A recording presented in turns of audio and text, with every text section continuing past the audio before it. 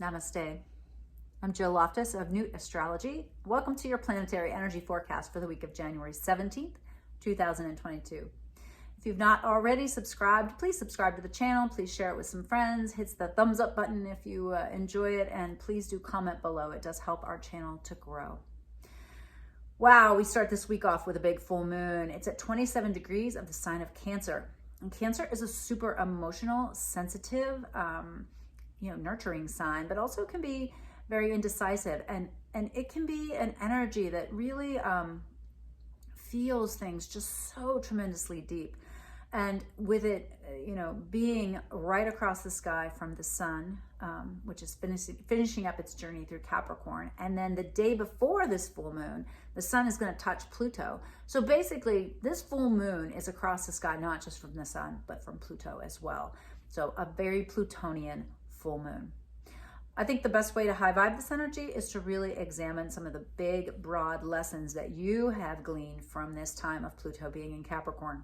Remember, it went in 2008, all right? And so really look at who you were then and what the culmination is. What have you had to let go? What has broken down to be reborn, to be phoenixed, to be changed? I think that's probably the best way to work with this energy. You're gonna really have like an emotional, intuitive understanding of what's been going on in the Capricorn sector of your chart, which of course has been also super active since December, with Venus retrograding through this space and Venus and Mars getting ready to dance in this space. So pay attention to what you feel about things and how you're processing it, and also look at what you've had to let go. It might be great to ritualize this by writing some things out. It'd be a good cord cutting moon. It happens later in the day. I want to say 6:48 p.m. on the East Coast. So, it might be a great night to ritualize letting go, maybe letting go of something that's from the Cancer sector of your chart, but also you can reach across the sky into the Capricorn sector as well. And, bless, honor, whatever you're letting go of, write it all out, burn it. Cord cutting, I've got a video on cord cutting you could do, just something along those lines. What you don't want to do is be overly emotional. This is going to be a very emotional, amplified full moon. It's going to have gorgeous beams of energy up to Neptune. Of course, spiritualizing it, chanting, all that kind of stuff, meditation, lovely, lovely, lovely. But watch that you're not overly hypersensitive or lashing out in any negative ways. Then on Wednesday, we've got the sun changing signs. It's going to move into the sign of Aquarius. So a happy solar return to all the Aquarians, all the aqua babies. This is, don't forget though, Tuesday, busy week. Tuesday, we've got Uranus stationing direct. So that's right before, the sun goes to Aquarius, so Wednesday night, but Uranus stations direct 10:27 a.m. on Tuesday the 18th.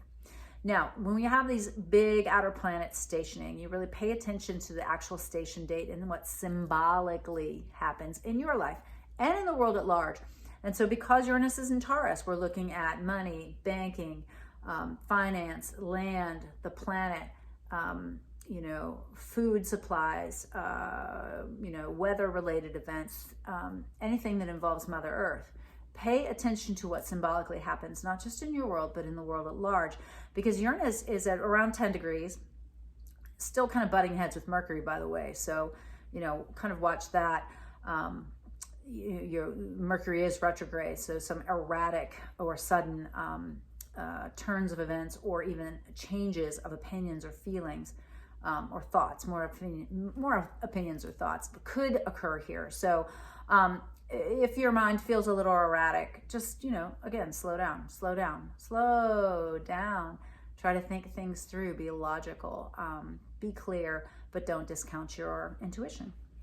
So, but really paying attention to that, because it's going to begin to traverse some new degrees as we get into the middle of the year. And just noting certain themes that might come up, they might become amplified as we move later into the year. All right, and so then you got your sun moving into Aquarius, which is always, a beautiful time of the year.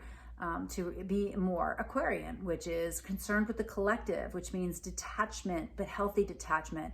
It means be scientific, be aware, be ahead of your time, and look at what you can create that that really begins to open your world and create more freedom for you.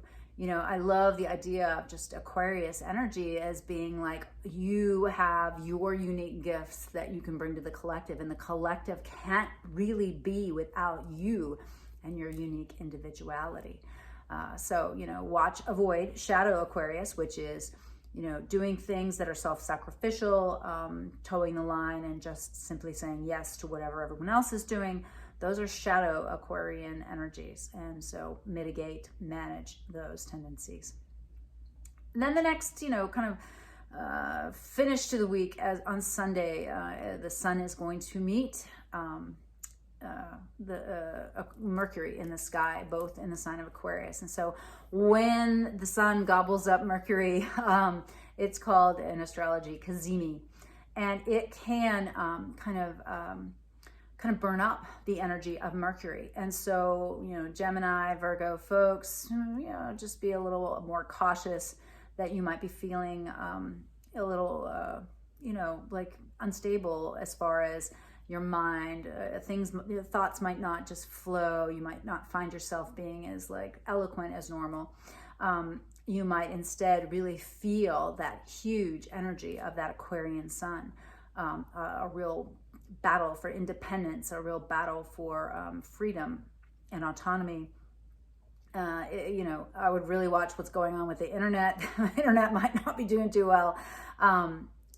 Aquarius rules the internet because it's ruled by Uranus.